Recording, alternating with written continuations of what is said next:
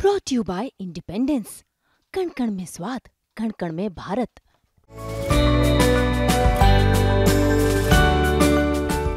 हम तुम्हारे साथ हैं।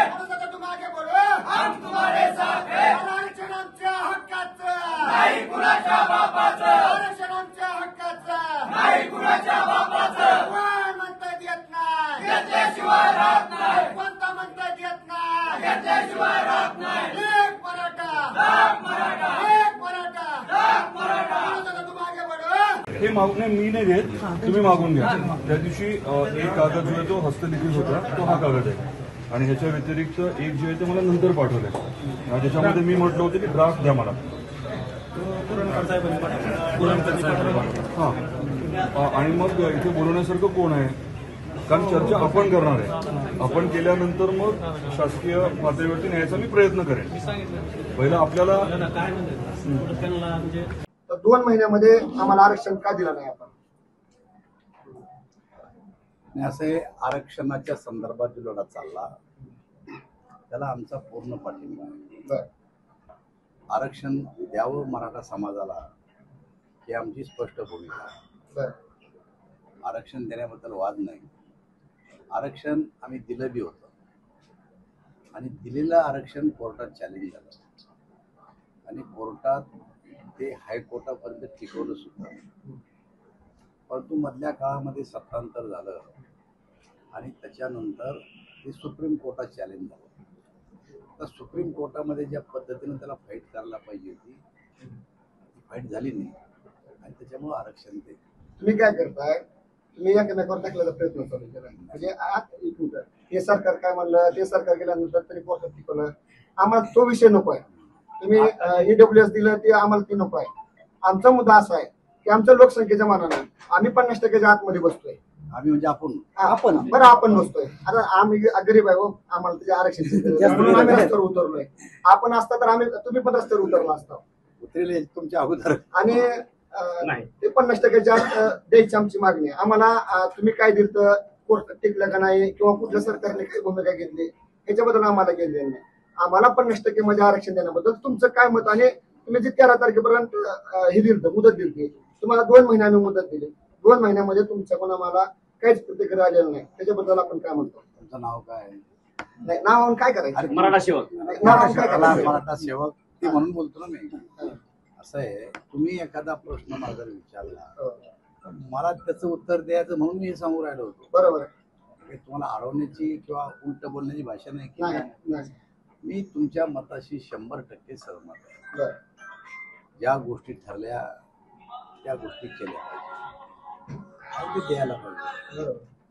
पण आता काय अडचणी आहेत, मी तर आता काही सत्तेत नाहीये, पण या आरक्षण विषयात आमची स्पष्ट भूमिका आहे की हा तोडगा सगळ्या राजकीय पक्षांनी एकत्र बसून काढला पाहिजे। एकमेकावर ढकलायची भाषा करू नये। सत्ताधारी असो का विरोधी असो, हा समाजाचा प्रश्न आहे, हा काही राजकारणाचा विषय होऊ शकत नाही। आणि समाजाला जर न्याय द्यायचा असेल तर ज्याला ज्याला कोणाला जे जे सोल्युशन सापडतं त्यांनी एकत्र बसून हा तोडगा काढला। तुम्ही हे 2 मुद्दे मांडले। असं आमचं एक मुद्दा काय म्हणला, तुम्ही सगळे पक्ष एकत्र आले पाहिजे। तुम्ही लाडकी बहीण योजना आणली, तुम्ही ज्या योजना आणल्या, तुम्ही त्या योजना सरकारला एकत्र घेऊन विचारात घेऊन केल्या का? नाही केल्या। तुम्ही अशा घोषणा करताय किंवा त्या अंमलात पण आणताय, त्यावेळेस तुम्ही विरोधकाचा विचार करताय का? नाही करत। तुमच्या आरक्षण मध्येच काय तुम्हाला विरोधकाचा विचार वाटला? आता स्पष्ट बहुमत आहे आणि तुम्हाला विचारायची गरजच नाही। पण साहेब अजून एक आणि तुमचा एक मुद्दा झाला, तुम्ही म्हणलाय की आता मी सत्तेवर नाही। ज्यावेळेस दादांचं आंदोलन चाललं होतं त्यावेळेस आपण सत्तेवर होतो आणि आपल्याच जिल्ह्यात ते आंदोलन चालू होतं, त्यावेळेस आपण का मध्यस्थी केला ह्या विषयावर? तुम्हाला जर बघितलं असेल तुम्ही सगळं, तर एकनाथ शिंदे ज्या दिवशी आले त्याच्या 1 दिवस अगोदर मी स्वतः रात्रभर जरंगे आणि मी सोबत होतो। ते माझ्यासाठी नवीन नाही आहे। आम्ही अनेक वर्ष दोघंही संघ राहिलेलो आहे आणि एकनाथ शिंदे साहेबांनी जर आले तर मी आता तूर्त अधिवेशन आपलं उपोषण सोडतो असं त्यांनी मला स्पष्ट सांगितलं। आणि म्हणूनच मी रात्री 1 वाजता मुख्यमंत्र्याला फोन केला आणि त्यांना सांगितलं की आमची चर्चा झाली आणि चर्चेमध्ये असं ठरलं की CM नाही तर यावं आणि मग मी आरक्षण सोडतो।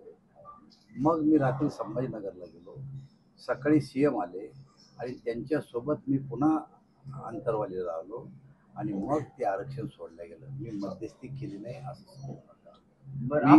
आणखीन एक गोष्ट आहे, आता मग सगळ्या भाजपची दुटप्पी भूमिका वाटते. एक भूमिका म्हणजे राणादादा असेल, आमचं राजभोर होत असतील, त्यांना मध्यस्थी करायला अंतवरीला पाठवलं जातं आणि एकीकडं मुंबईमध्ये तो नारायण राणे असेल, दरेकर असेल, त्यांना दादावर आरोप केले जातात. तर हे दुटप्पी भूमिका तुम्ही कधी थांबवणार? नाही, माझं असं मत आहे की आता त्यांनी समाजाचा प्रश्न घेतलेला आहे, तो काही राजकारण नाही आहे. त्याच्यामुळे त्यांच्यावर अशा